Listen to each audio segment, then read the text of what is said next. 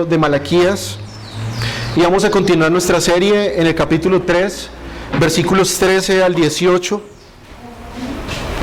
Y esto dice la palabra de Dios a través del profeta Malaquías.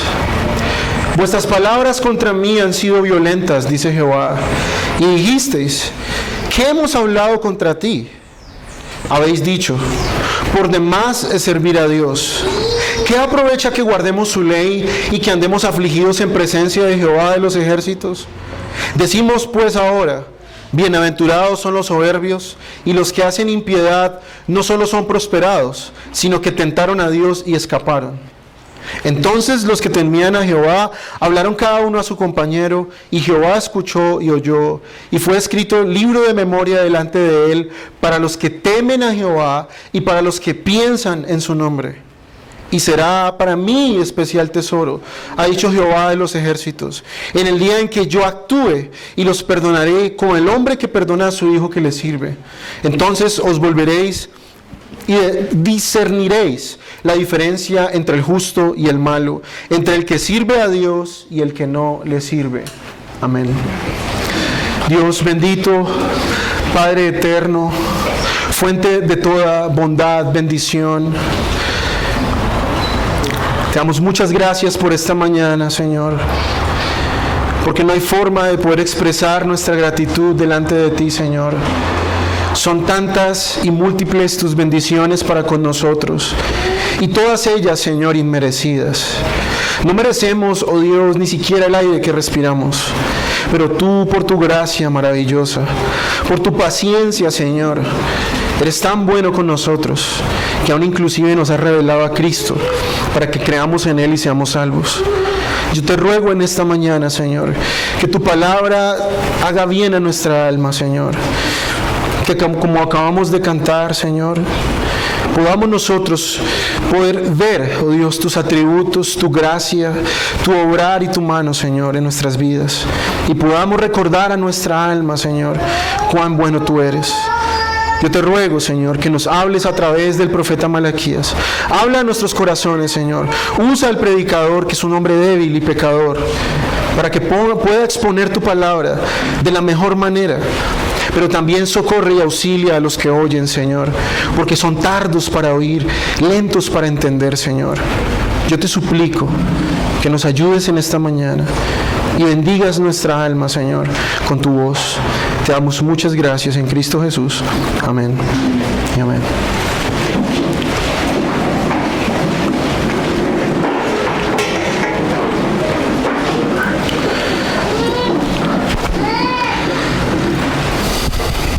Cuando leemos un pasaje como estos de Malaquías, podemos recordar nosotros uno de los problemas más grandes que existen y han existido siempre en la humanidad, y es el tema del mal en el mundo. Porque siempre, mis queridos hermanos y amigos, este problema del mal en el mundo, desde la perspectiva humana, no tiene sentido. De hecho, para muchos de nosotros, según nuestros propios conceptos humanos de bondad y de maldad, vemos a muchas personas buenas pasando por momentos muy duros. Vemos a personas muy buenas a nuestros ojos, pasando por diferentes aflicciones muy fuertes ellas, e inclusive podemos nosotros entender y ver cómo muchas buenas personas mueren de una forma en la que nosotros no podemos explicar. Vemos a muchas personas bondadosas que pasan por situaciones muy malas y muchas veces no sabemos ni siquiera qué decir o qué pensar, y nuestro corazón se llena de indignación y de rabia. Decimos con nuestros labios y en nuestro corazón que todo esto es injusto. No es posible que personas tan buenas, personas que ayudan a otros, por ejemplo, pierdan sus vidas en accidentes inexplicables, pierdan sus hijos probablemente también, o sus familias, o sus posesiones, o simplemente no podemos entender cómo personas tan buenas pueden vivir vidas tan duras.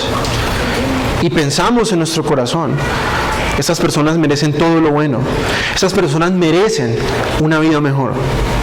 Y por el contrario también vemos bajo el sol, como diría Salomón, a personas muy malas, personas que se dedican a hacer el mal, personas que hacen fechorías, personas que se deleitan en ver sufrir a otros.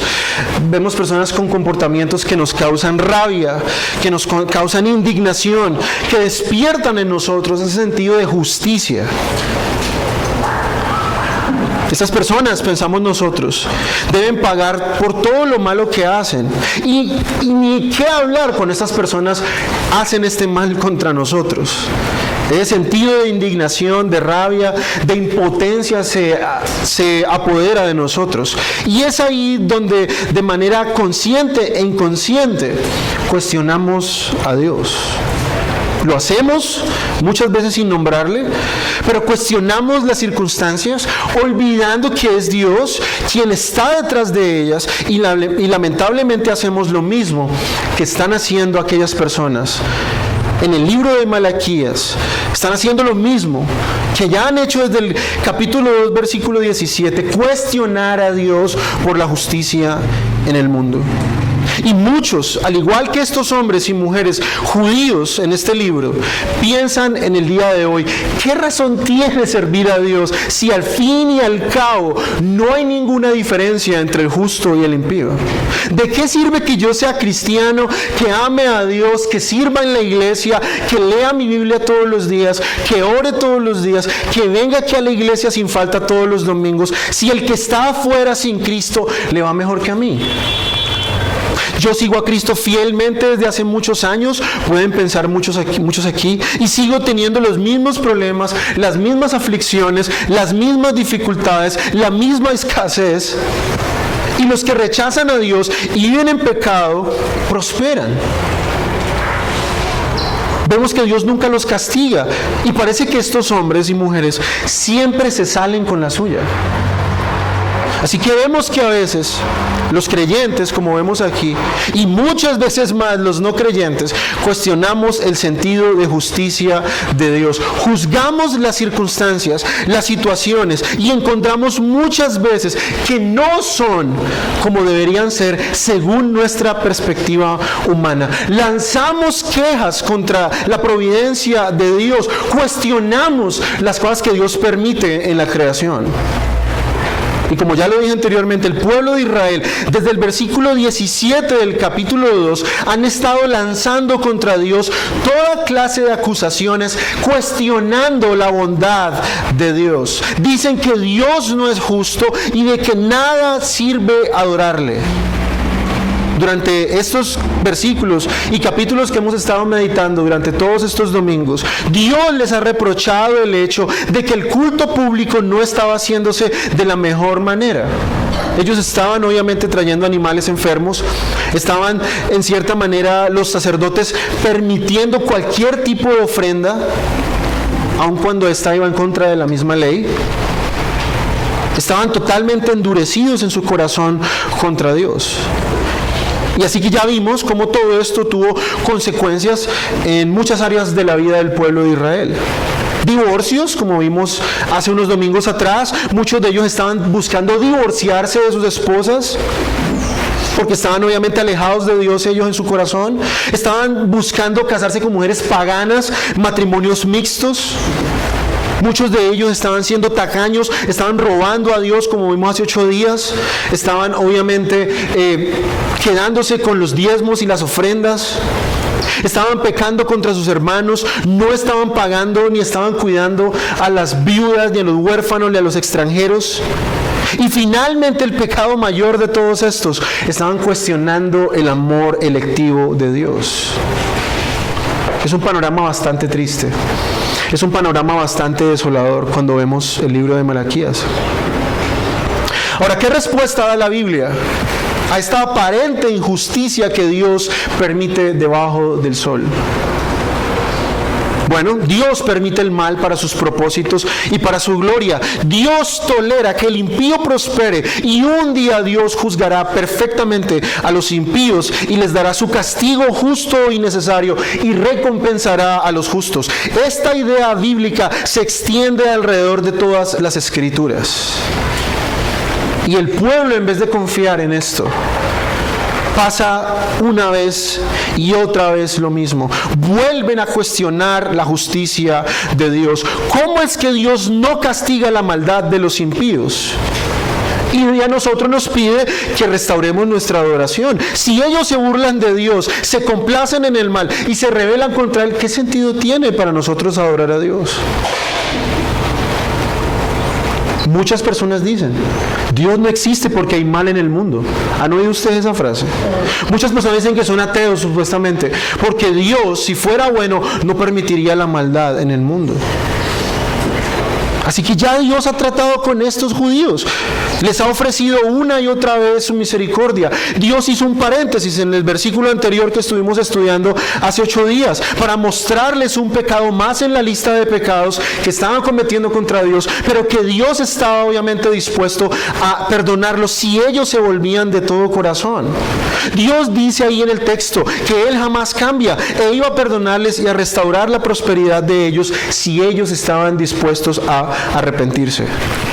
Volverían a ser una nación bendecida por Dios una vez más, serían una tierra deseable una vez más si ellos se arrepentían.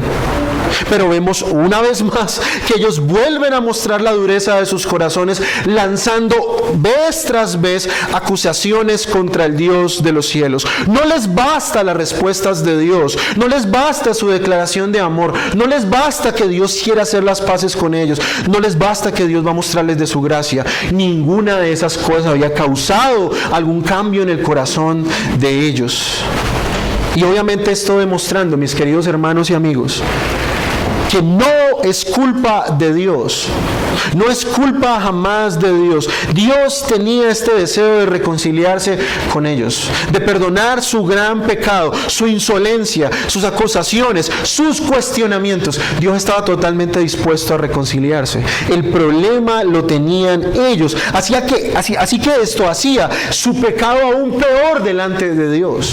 Estaban rechazando su gracia. Ahora, si recordamos esta primera sección, que va desde el capítulo 2 hasta el capítulo 3, versículo 5, Dios contesta a los cuestionamientos argumentando que Él no es injusto, sino que ellos habían pecado siendo injustos y habían pecado contra Él. Así que Dios enviará a su mensajero, a Juan el Bautista y a Jesús, como vimos en el capítulo 3, versículo 1 en adelante. Dios promete a Cristo, es decir, Dios mismo va a venir a limpiar al pueblo. Él será un fuego que consume la escoria y será un jabón de lavadores. Él será el que limpiará al pueblo de su pecado. Dios prometió que restauraría a los sacerdotes para que presentaran una ofrenda correcta. Y Dios juzgaría a los malos aún dentro del pueblo. Pero no les basta, mis hermanos. A ellos no les basta estas promesas. Y en vez de creerlas, en esta segunda ocasión vuelve y se levanta el mismo cuestionamiento. Así que Dios aquí va a dar una respuesta final al pueblo. Dios va a dar una respuesta definitiva a este asunto. Dios va a mostrar que sí vale la pena servirle, que sí vale la pena obedecer sus mandamientos, que sí vale la pena amarle, a pesar de que en la providencia de Dios y en la creación Dios no muestre su justicia de manera inmediata. Dios sí hace la diferencia entre el que le ama y el que no, entre el que le sirve de todo corazón y el que se burla de él, el que tiene en alta estima sus mandamientos y el que no lo hace, aunque parece que en este momento Dios no lo ve. Eso es lo que vamos a ver en esta mañana. Que sí vale la pena, mis queridos hermanos, servir a Dios a pesar de todo. Que sí vale la pena, que Dios está presente en nuestras vidas, que Dios está viendo todo lo que hacemos por Él.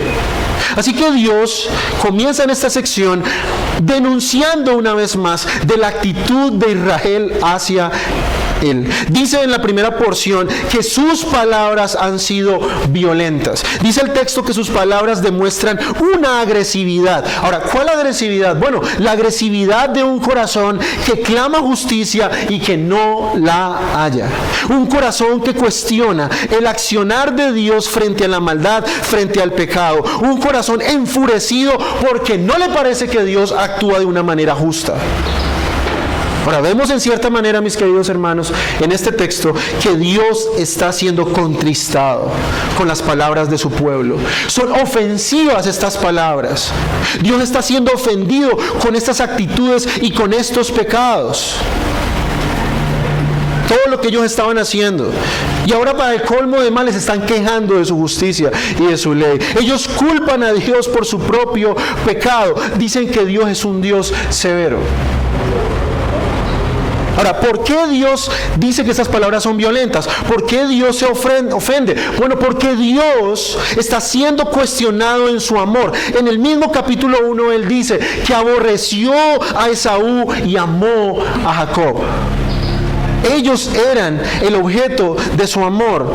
Ellos eran el pueblo del pacto. Ellos eran el único pueblo en el Antiguo Testamento a quien Dios se había revelado. Dios le había mostrado sus obras. Dios le había mostrado su gracia. Dios los había sacado de Egipto. Dios los había convertido en una nación. Dios les había dado maná en el desierto. Dios les había dado también perdices en el desierto para comer. Y ellos nunca veían esto. Están cuestionando a Dios y culpando a Dios de las consecuencias de sus pecados. Dios les había escogido de entre todos los pueblos. Dios les había dado una promesa a su padre Abraham de convertirlos en una nación, de hacerlos a ellos un pueblo de bendición para todas las naciones. Dios les había prometido un Mesías que vendría a través de ellos. Y como dice Deuteronomio 28, si ustedes me obedecen, yo los voy a bendecir, pero si ustedes me desobedecen, yo los voy a castigar. El pacto nacional que Dios había hecho con ellos en el monte Sinaí. Pero vemos a un pueblo, mis queridos hermanos, totalmente victimizado. Personas que se hacían las víctimas. Personas que estaban evadiendo su responsabilidad. Querían la bendición de Dios mientras ellos vivían en pecado. Dios estaba ofendido y entristecido por la actitud del pueblo a quien Él amaba. Él planeaba hacerles el bien. Dios planeaba bendecirlos, pero ellos seguían cuestionándole. Increíblemente, una vez más, y la última en el libro, vuelven a desafiar a Dios. Dice el texto, ¿en qué hemos hablado contra ti? ¿Notan ustedes el cinismo descarado del pueblo? Todo lo que los que han hecho ellos contra Dios, cómo se han levantado contra Él, y tienen el descaro de una vez más decir, ¿y qué hemos dicho contra ti? O sea, a estas personas se les olvidó que Dios es omnisciente y que Dios no puede ser burlado, pero ellos son tan capaces de negar cínicamente en la misma cara de Dios que han pecado. ¿Cómo nosotros podemos engañar a Dios, mis hermanos? Es imposible. Dios está en todo lugar, observando todo lo que hacemos todo el tiempo. Pero estas personas, a lo largo de todo el libro, han hecho a Dios mentiroso y no están asumiendo la responsabilidad por su pecado. Ahora, hermanos y amigos, ¿cuántos de nosotros no somos así? Nos salen las cosas como queremos y cuestionamos directamente a Dios. Y después decimos, Señor, ¿y yo qué pecado? No somos mejores que los judíos del tiempo de Malaquías. Nosotros hemos pecado contra Dios muchas veces y aún así pensamos que merecemos de Dios cosas buenas. Pensamos que tenemos derecho de reclamar cosas cuando nuestra vida espiritual no es correcta delante de Dios. Pensamos que Dios debería tratarnos de otra forma, sabiendo que en muchas ocasiones hemos pecado y quizás aún peor, hemos cuestionado a Dios igual que estas personas con palabras violentas, mientras al mismo tiempo estamos ciegos a nuestros pecados. Y yo quiero dejarles claro algo, mis queridos amigos y hermanos. Los seres humanos no merecemos nada, nada. Esa es una de las grandes verdades del Evangelio. El hombre, por su condición pecadora y por su enemistad contra Dios, lo único que merece es castigo y juicio.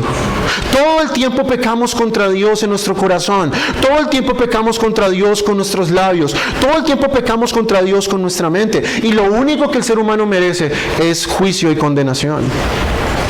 Si Dios nos tratara de acuerdo a nuestro comportamiento, de acuerdo a nuestras motivaciones e intenciones, hace rato nos hubiera consumido con su ira justa. Hace tiempo tú no estarías aquí, mi querido amigo y hermano. Tú y yo no merecemos nada. Si tú te vas en esta mañana y se te olvida todo el sermón, menos eso, yo quedo contento. Tú ni yo merecemos nada de Dios. Es el orgullo y la arrogancia del corazón humano que nos hace pensar que somos merecedores de algo. Pero la Biblia nos muestra que el hombre, todo lo que tiene es por la mera misericordia y gracia y condescendencia de Dios. Y eso es lo que este pueblo había olvidado. Ellos están reclamando sus derechos, bueno, supuestos derechos. Dios tiene que bendecirme, Dios tiene que darme. ¿No ve que yo sirvo en el tabernáculo? ¿No ve que nosotros traemos las ofrendas delante de Dios? Pues Dios tiene que bendecirme. Dios tiene que castigar al impío, ¿no ve? Todo el tiempo se está burlando de Dios, todo el tiempo está escapando de Dios, hace lo que quiere y no pasa nada. Dios debería castigarlo. Ellos estaban evadiendo su responsabilidad, culpando a Dios. Eso fue lo que hizo Adán, por ejemplo, en el huerto del Edén. Cuando Dios llama a cuentas a Adán después de la caída, lo primero que Adán dice es: la mujer que tú me diste me hizo pecar. Es tu culpa, Dios. Tú, ¿para qué me das una esposa? Yo no te la pedí. E igual que Adán, tratamos de justificar nuestra maldad, tratamos de justificar nuestras acciones y motivaciones simplemente porque las consideramos justas. Y hay personas que piensan de esta manera: si Dios me diera todo lo que quiero, yo no estaría quejándome. Así piensan muchos. Si solo Dios accediera a mis deseos y no fuera injusto, yo sería un mejor cristiano, piensan algunos. Yo sería un mejor esposo si mi esposa fuera de X manera. O yo sería un mejor padre si mis hijos no fueran lo que son. O ponga lo que usted quiera. Hay gente que dice: yo sería más generoso si yo tuviera X trabajo. Si yo no trabajara en tal cosa, yo vendría a la iglesia. ¿Notan ustedes lo que el pueblo de Malaquías está haciendo y hacemos nosotros? Justificando nuestro pecado, echándole la culpa a la providencia de Dios. Y así podemos colocar cualquier excusa para no hacer lo que Dios nos pide que hagamos. Tendemos a culpar a Dios por nuestras negligencias, por nuestras fallas, y a veces lo hacemos con palabras violentas. Ahora, no quiere decir con esto que el creyente no pueda preguntarle a Dios por qué pasan ciertas cosas. Obviamente Dios mismo le está mostrando al pueblo que ellos están pasando por un tiempo de mucho juicio por su propia necedad. Dios les está mostrando. Y obviamente Dios no rehúsa en las Escrituras a muchas veces mostrarle a los creyentes la razón por la cual ellos están pasando lo que pasan. A veces lo hace, a veces no. Él es soberano, Él puede hacer lo que quiera. Ahora, el problema no es preguntar, el problema es cómo preguntan. Lo hacen juzgando a Dios, levantando juicios contra Dios, cuestionando las acciones de Dios. La actitud de ellos es lo que Dios está reprochando. Pero ellos no querían saber las razones. Ellos no estaban dispuestos a reconocer su pecado. No estaban dispuestos a cambiar. Así que, por ejemplo, amigo que estás aquí y no eres cristiano, lo que te aleja de Dios son tus excusas. Si no has venido a Cristo, si no has creído en Él, es porque buscas esconder la condición de tu corazón, por ejemplo. Pero Dios sabe todas las excusas y Dios sabe todas las justificaciones que tú sacas. ¿Y sabes qué? A Dios no le importa ninguna de ellas, porque ninguna de ellas son válidas. Saca cualquier excusa. Estoy muy cansado para ir a la iglesia el domingo. ¿Cuántas personas no trabajan de lunes a sábado y las ve uno montando bicicleta el domingo? Yo cuando vengo a la iglesia los veo subiendo por la avenida. Y yo no creo que son personas que tienen todo el tiempo del mundo, por ejemplo. No. Y piensa en cualquier excusa, querido amigo, por la cual tú no has querido venir a Cristo. Ninguna de esas excusas son válidas. Todos los que hablan contra el cristianismo sacan excusas porque en el fondo ellos no quieren creer. Ellos saben que Dios expone el pecado de su corazón, saca a la luz las motivaciones malas de él y no lo hacen, no vienen a él por eso. Están en la misma posición de los israelitas. Trataban de esconder su negligencia echándole la culpa a la justicia de Dios. Pero déjame decirte algo, mi querido amigo y querido hermano. De Dios no podemos esconder nada. Noten ustedes que Dios estaba presente ahí cuando ellos se quejaban. Ellos preguntan, bueno, ¿y en qué nosotros hablamos? Y hay tres cosas que ellos dicen. Dios sabe perfectamente y los ha oído. Dice, ¿de qué nos aprovecha servir a Dios? ¿De qué nos aprovecha obedecer su ley? ¿De qué sirve que vivamos afligidos delante de su presencia? Dios sabe perfectamente lo que ellos estaban pensando. Es tan ridículo pensar que el ser humano puede burlarse de Dios, por ejemplo. Es tan ridículo pensar que puedo esconder algo delante de Dios si Él lo sabe todo. Y Dios aquí saca a la luz sus juicios. Recordemos que en el versículo 10 de este mismo capítulo, Dios, por ejemplo, pide ser puesto a prueba. Él dice, pónganme a prueba con los diezmos y ofrendas si es que yo no los voy a bendecir. Pero vemos aquí cómo ellos no están dispuestos a confiar en Dios.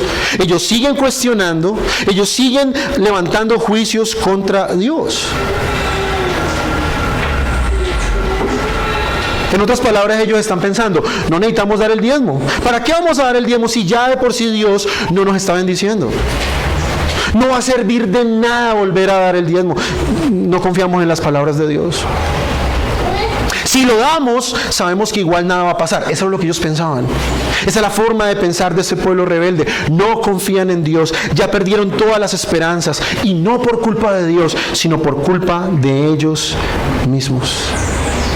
Ahora, mis queridos hermanos, recuerden una vez más, no es pecado traer nuestras dudas delante de Dios.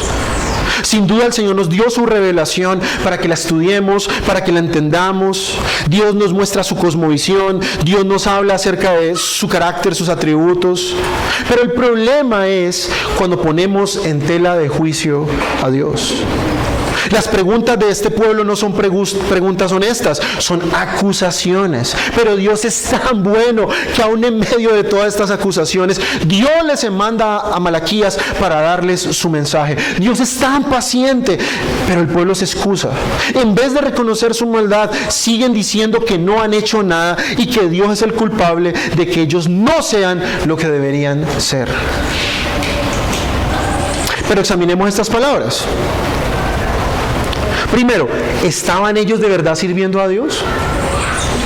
¿Estaban de verdad ellos guardando sus leyes? ¿De verdad ellos estaban afligiendo delante de Dios? La respuesta es no. Son tan cínicos que ni siquiera estaban haciendo bien eso. Y aún así se atreven a cuestionar a Dios.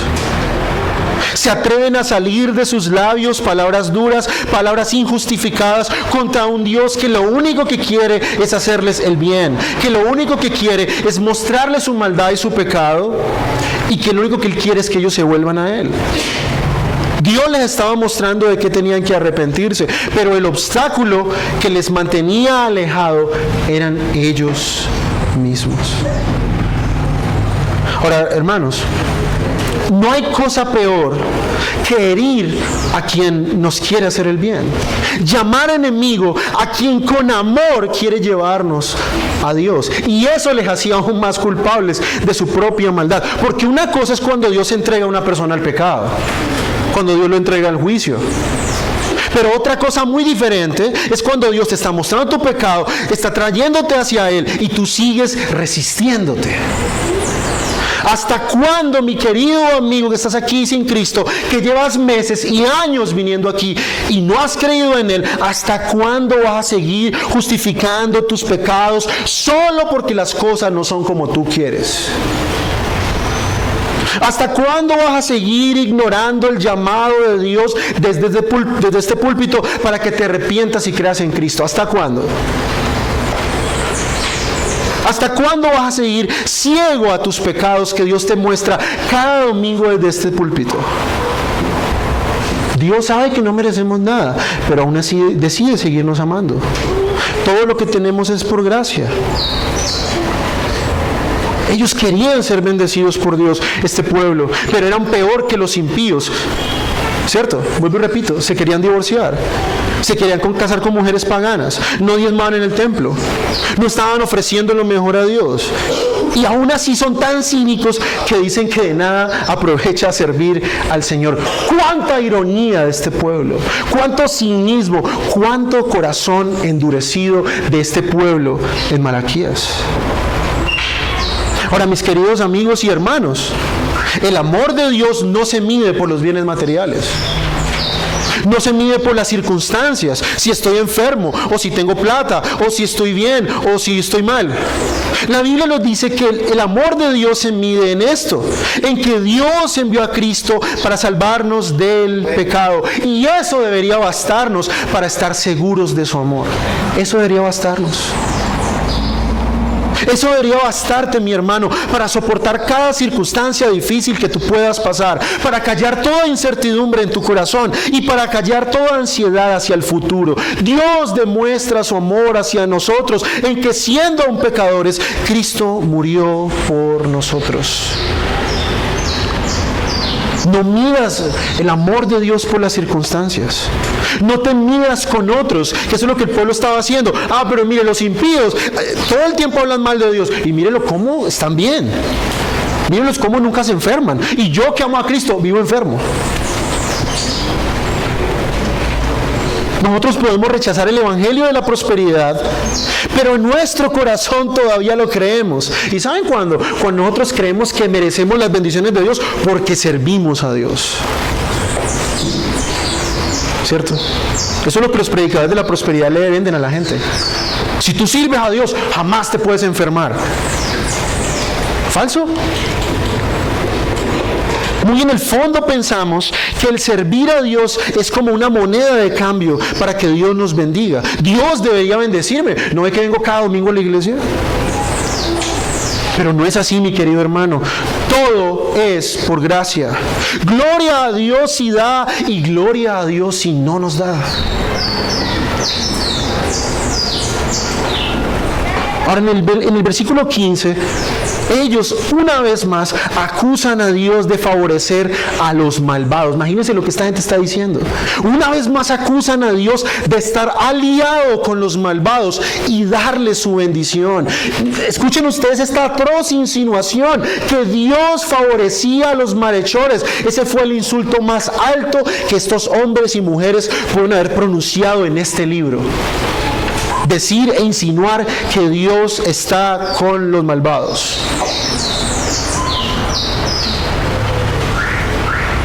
Los hacedores de maldad a menudo nos dan la impresión de que les va bien. A menudo nos parece que ellos escapan del juicio de Dios. A menudo nos da la impresión de que ellos no serán castigados. Y tememos la misma actitud que Asaf. Por ejemplo, en el Salmo 73, 25. Si usted lee todo el Salmo 73, Asaf se encuentra allí en la misma circunstancia que el pueblo de Dios en Malaquías. Asaf dice: yo sirvo al Señor y estoy en su casa y sirvo dentro del templo, pero miren ustedes a los impíos, están gordos de tanta comida que tienen, de tanta abundancia. Dice Asaf, los ojos se les salen de la gordura. El sentido de indignación también lo sintió Asaf. Pero noten ustedes, hermanos, llegaron al punto de decir que Dios es igual de malvado que los demás. Ahora, ¿cuál es la respuesta de Dios a esto? ¿Cuál es la esperanza del creyente frente a toda la injusticia que vemos en este mundo y que nos indigna?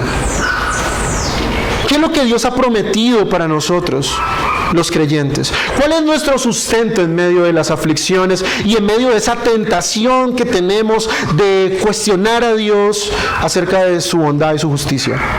Bueno, Dios dice en el texto, en el versículo 16, ahí parece que cambia la idea totalmente. Cuando leemos el texto parece que estuviéramos leyendo otra cosa, pero no, ahí sigue la idea. Dios va a responder a esta acusación de falta de justicia con esto. Dios dice que Él establecerá un día de juicio. ¿Cuál es la respuesta de Dios a estos cuestionamientos? Ahora, Dios no tiene que contestar a estos cuestionamientos, pero Dios es tan bueno que lo hace. Él les da una respuesta. ¿Y qué es lo que Él dice? Que un día establecerá un juicio, un día donde todos los impíos recibirán su castigo y los justos recibirán su recompensa. Un día donde Dios mostrará su gloria, tanto en su juicio, castigando la maldad, y por otro lado Dios mostrará su gloria, exaltando la obra de gracia en sus santos. ¿Qué debemos nosotros como creyentes hacer frente a las injusticias, mis queridos hermanos? ¿Qué tenemos que hacer nosotros cuando vemos a los malvados prosperar? ¿Qué tenemos que hacer nosotros cuando vemos a hermanos piadosos que aman al Señor, que sufren y sufren y sufren y no salen del mismo sufrimiento? La respuesta que la Biblia nos da es confiar en que Dios un día juzgará al mundo con justicia. Que un día Dios traerá a todos los hombres delante de Él y juntamente con Cristo juzgará las intenciones y motivaciones de todos los hombres en público. En ese día veremos la diferencia entre el cristiano y el impío. En aquel día veremos que sí valía la pena servir a Cristo.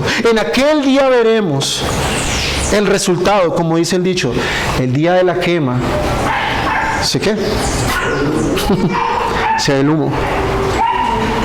En aquel día toda falsa acusación contra Dios será callada y brillará la justicia de Dios. Por ahora, mis queridos hermanos, debemos por medio de la fe entregar toda injusticia en manos de Dios, quien en su momento traerá a la luz todo esto e impartirá justo juicio. Debemos recordar que servimos a un Dios que nos ama, aunque las circunstancias no sean las mejores, que nos ha dado a Cristo, y eso debería bastarnos. Servimos a un Dios mirando a lo lejos aquel día cuando nuestro Cristo venga en su gloria a acabar con toda la injusticia en el mundo. ¿Cuántos de nosotros, hermanos, hemos puesto nuestra confianza, por ejemplo, en el Estado? El Estado hoy habla de un cuento rebuscado llamado justicia social, que no es otra cosa más que una justicia pervertida, incendiada por la envidia de los hombres. Los gobiernos, los políticos, todo el tiempo hablan de justicia, pero todo el tiempo, por los intereses de hombres corruptos, tuercen esta justicia. ¿Cuántos políticos en campaña hacen promesas de hacer lo que es justo y terminan entregados a la avaricia y amor al dinero? Pero nuestra confianza no está en el Estado, no está en este mundo, no está en ningún ser humano, por muy correcto que éste sea, por muy juez que éste sea. Nuestra confianza está puesta en un juez que no puede ser amenazado, en un juez que no puede ser sobornado, en un juez que no puede ser comprado, en un juez que no puede ser presionado, en un juez que traerá a todos los hombres delante de su presencia para darles justicia. Y ninguno de nosotros podremos escapar a esa cita.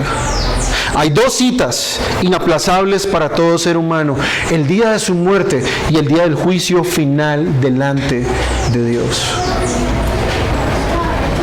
Si tú pensabas que solo era la muerte, añádele otra: el día del juicio final. Ahora, noten ustedes cómo Dios habla de aquellos que son suyos. Noten ustedes cómo Dios comienza a hacer la diferenciación entre uno y el otro. Miren lo que dice el texto. Entonces los que temían a Jehová hablaron cada uno a su compañero, y Jehová escuchó y oyó, y fue escrito libro de memoria delante de él para los que temen a Jehová y para los que piensan en su nombre. Noten ustedes que el texto nos muestra ahora que hay unos dentro del pueblo de Malaquías que sí temían a Dios. Dios siempre ha tenido un remanente. Dios siempre, en todas las épocas, aún en medio del pueblo que se desvía, Dios siempre tiene su remanente.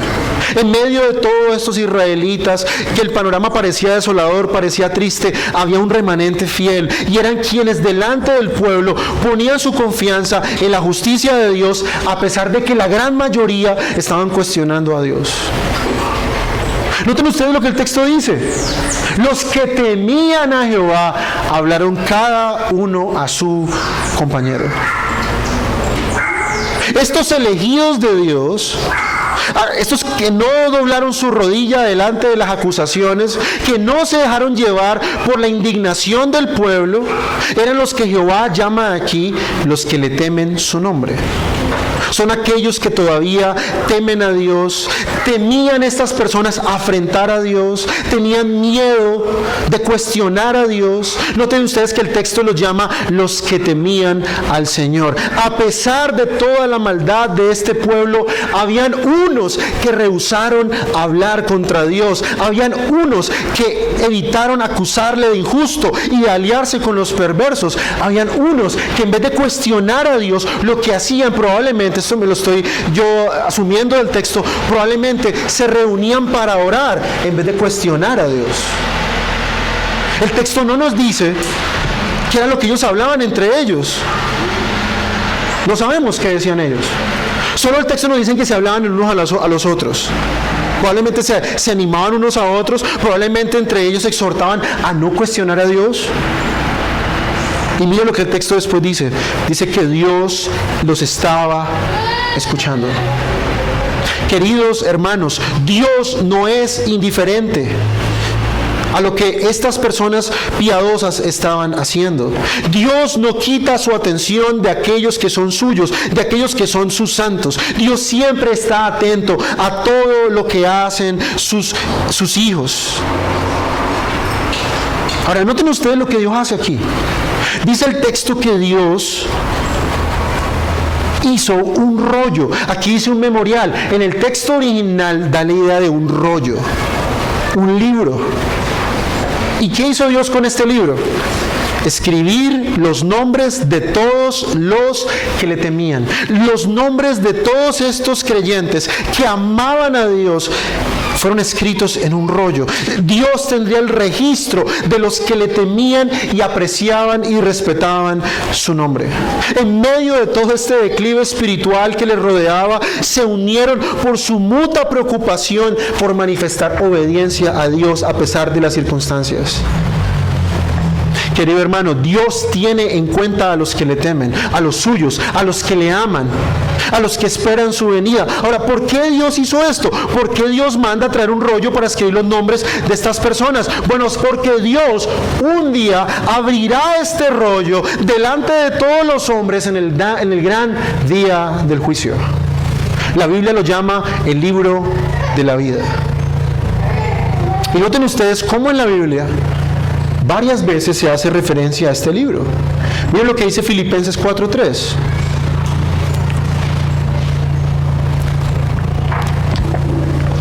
Dice Filipenses 4:3.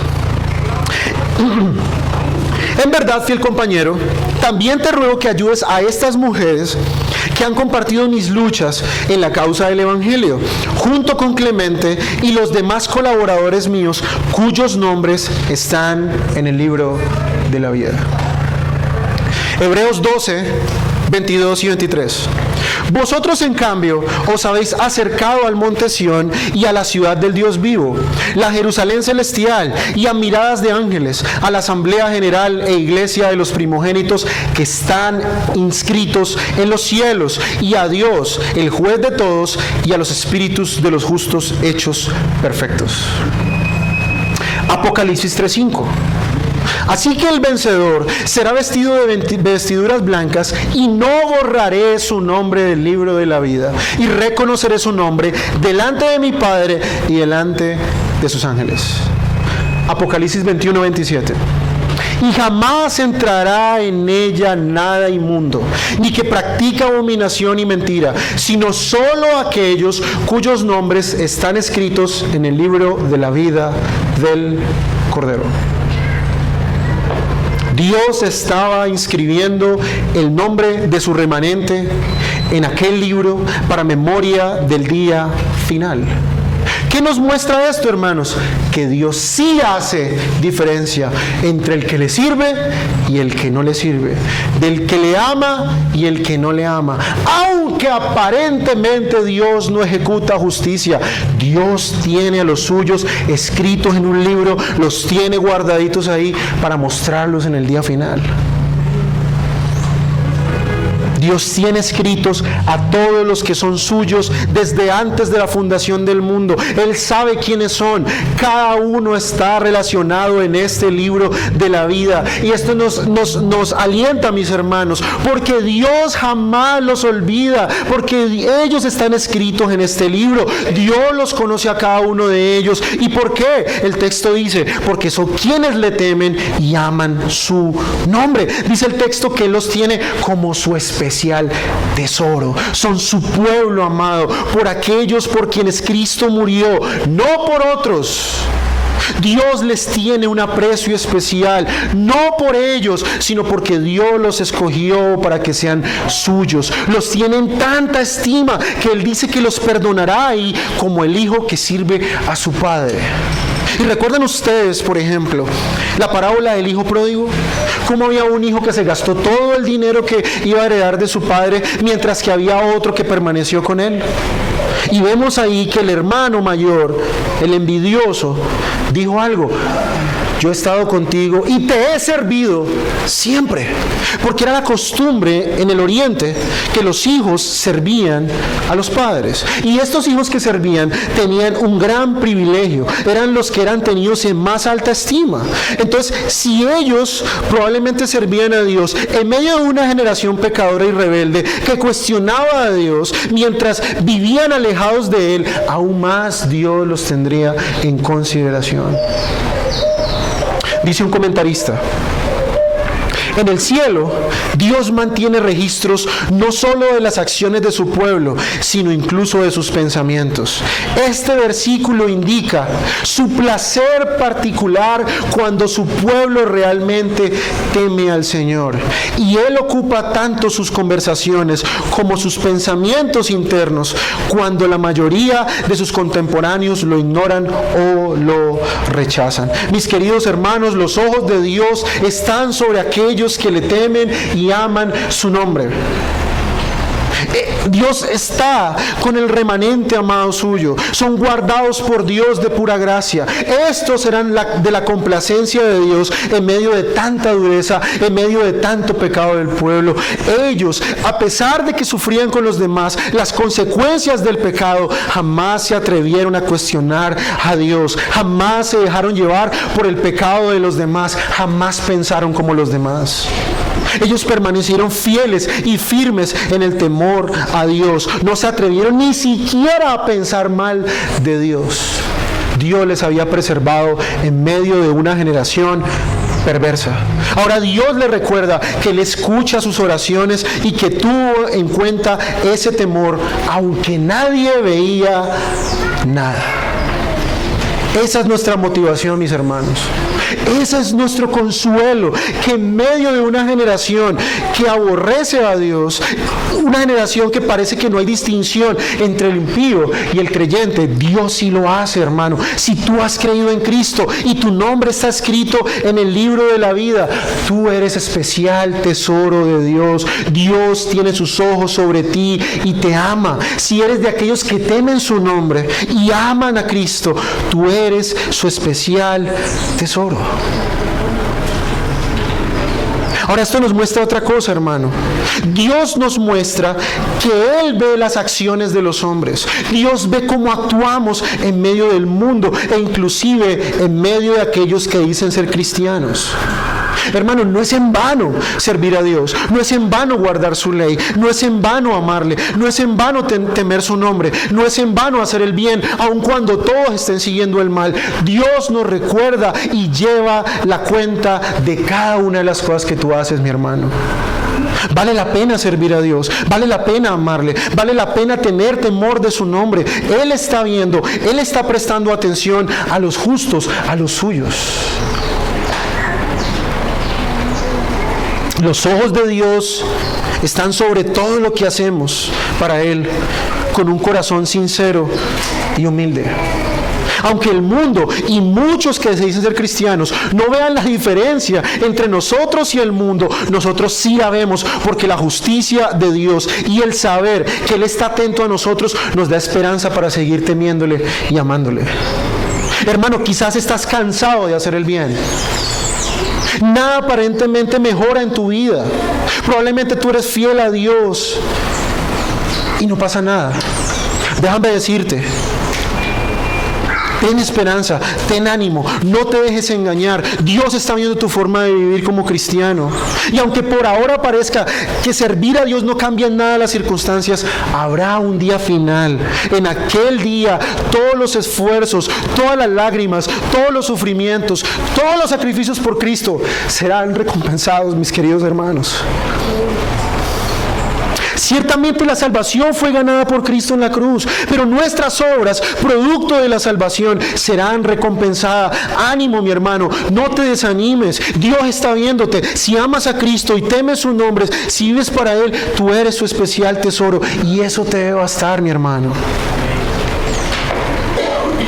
Luego dice el versículo 18 que después de todo esto, cuando Dios juzgue, verán la diferencia entre el justo y el injusto. Es allí donde el castigo vendrá para todos aquellos que confiaban, que estaban bien con Dios, porque todo marchaba bien económicamente, porque vivían en pecado, pero no les pasaba nada, porque desafiaban a Dios y no venía un rayo a partirlos en dos. Allí es donde toda jactancia, toda autosuficiencia, toda avaricia, toda inmoralidad, toda envidia y todo pecado será castigado, mis hermanos. Toda autonegación, todo amor a Cristo, toda perseverancia y toda buena obra de acuerdo a la Escritura será recompensada, mis hermanos. Por eso la pregunta, y con esto cierro: ¿vale la pena servir a Dios, hermanos? Sí lo vale, aunque no veremos la recompensa en esta vida. Ahora sufrimos toda clase de adversidades por causa del Evangelio. Luchamos contra nuestra carne. Luchamos por amar a Cristo en un mundo caído y perverso. Luchamos por no dejarnos llevar por la falsa enseñanza. Luchamos, hermanos, y vale la pena. Veremos siempre a impíos prosperar. Veremos siempre a personas malvadas salirse con la suya. Veremos personas que salen impunes de todas sus fechorías. Eso no cambiará, hermanos. Seguirá siendo así. Pero también veremos justos que pasarán adversidades. Veremos a muchos hermanos que aman a Cristo morir injustamente. Pero nuestra esperanza debe estar en Dios, quien juzgará al mundo con justicia perfecta. Dios dará castigo a todos los impíos por sus maldades y dará recompensa a los justos. No me canso de repetir esta idea, hermano, porque esto debe estar metido en nuestras mentes. Dios no pasará por alto más la maldad de los impíos y le dará su justo castigo merecido. Y en aquel día, los justos no serán castigados, sino recompensados. ¿Y sabes por qué? Porque hubo uno que murió en su lugar, porque hubo uno que recibió sobre él el castigo de toda la maldad y de todo el pecado. Hubo uno que los perdonó por pura gracia cuando vinieron a él. Ellos no verán castigo, mas verán recompensa. Los nombres de los que pertenecen a Dios están escritos en el libro de la vida, por los que Cristo murió, por los que Cristo lavó con su sangre y asimismo purificó. Y este es nuestro último destino si hemos creído en Cristo. Ten ánimo, hermano, todavía no hemos llegado a casa. Nuestra esperanza es futura, nuestra recompensa está guardada para el día final. Somos peregrinos en un mundo caído, aún nos espera la Jerusalén celestial. Vale la pena esforzarnos por su reino, vale la pena amar a Cristo. Él nos prometió la vida eterna. Es allí donde Dios pondrá a su derecha a los suyos y a la izquierda a todos los que rechazaron el Evangelio. En aquel día verán hermanos, o veremos, hermanos, que servir a Dios sí valió la pena. En aquel día veremos que sí valió cada sacrificio para Cristo. Dios no nos castigará, sino que nos recompensará. No tendremos temor de este juicio. porque sabemos que nuestros nombres están allí escritos. ¿Los nombres de quién? De los que temen al Señor y aman su nombre. No es para los que dicen ser cristianos, es para los que saben realmente que lo son, que sus vidas demuestran temor y amor a Cristo. Es para los que le temen y le aman. Amigo que estás en esta mañana aquí sin Cristo, y tú, mi querido hermano, que dices ser cristiano, pero no temes a Dios ni guardas sus mandamientos, un día Dios juzgará al mundo. Un día Dios te pedirá cuentas de lo que hiciste en tu cuerpo. En aquel día, dice la Biblia, todos los hombres resucitarán para aquel gran juicio. Y todo el que vivió para sí mismo, todo el que sacó excusas para no seguir a Cristo, todo el que sacó excusas para rechazar el Evangelio, no entrarán en los cielos. Todo aquel que rehusó creer a Cristo, todo aquel que escuchó la predicación del Evangelio y en su corazón la rechazó y murió sin Cristo, en aquel día no habrá segunda oportunidad, mi querido amigo. Y quiero repetir las palabras de Apocalipsis 21-27, porque son ciertas. Y jamás entrará en ella nada inmundo, ni que practica abominación y mentira, sino solo aquellos cuyos nombres están escritos en el libro de la vida del Cordero. Querido amigo, déjame repetirte este texto. Jamás entrará en ella nada inmundo. Y tú, que estás sin Cristo, estás sucio. Como cantábamos ahora, debes venir a aquella fuente de sangre carmesí, la de Emmanuel, y limpiarte de toda la maldad para poder entrar a esta ciudad celestial. Si no lo has hecho, yo te pido ahora y te ruego en esta mañana que vengas ahora y creas en Cristo, que tus pecados sean limpiados, que tu inmundicia te sea retirada por la sangre del Cordero y tú puedas entrar a esta Jerusalén celestial. Ven a Cristo en esta mañana en arrepentimiento y fe y serás perdonado y tu nombre será escrito en el libro de la vida del Cordero. Cree en Cristo en esta mañana y todos tus pecados serán perdonados y en aquel día final, en vez de ser castigado, serás recompensado por tus obras. Ven a Cristo en esta mañana y Él no te defraudará. Ven a Cristo en esta mañana. Deja las excusas a un lado y abraza a Cristo, abraza el Evangelio, cree en Él y serás salvo. Vamos a orar.